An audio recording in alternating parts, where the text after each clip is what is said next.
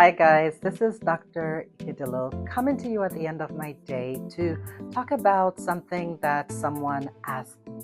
So today I had a young lady that came in with recurrent urinary tract infections. She's been to the urgent care, she's been to the emergency room, and she's been to the office multiple times. And each time she's just getting antibiotics, and it seems to work for some time and then her symptoms return. So I wanted to highlight the fact that all UTI symptoms are not necessarily due to urinary tract infection. Urinary tract infection means that there is a bacterial involvement, so it's an actual infection that typically taking antibiotics will take away your symptoms. However, is that for some gynecologic symptoms and symptoms in other areas, it can manifest itself with symptoms that are very similar to urinary tract infections. So it's very important that when you are experiencing symptoms, that you should come into your gynecologist or to your primary care provider for proper evaluation. The first step typically is getting a urine sample to evaluate for the presence of certain elements that can point towards an infection.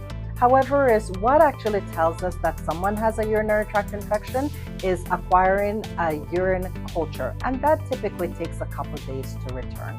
But some people do not have actual infection. There are things that can cause the symptoms of UTI, and those symptoms, like we know, burning with urination, cloudy urine, foul smell in the urine, pressure in the pelvic area, discomfort immediately following intercourse. Things that can cause these things are things like atrophic vaginitis, which is seen in people who have low hormones or going through perimenopause and menopause. Vaginitis in general, which can be due to yeast, the most common yeast infection, or bacterial overgrowth, otherwise known as bacterial vaginosis.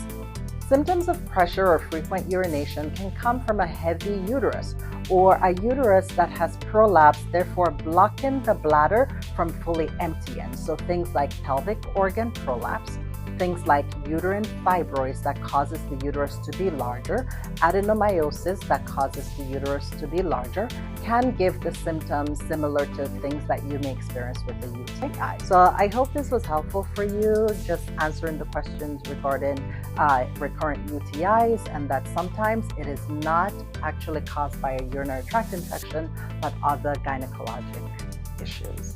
All right, until next time, guys, take care. Bye-bye.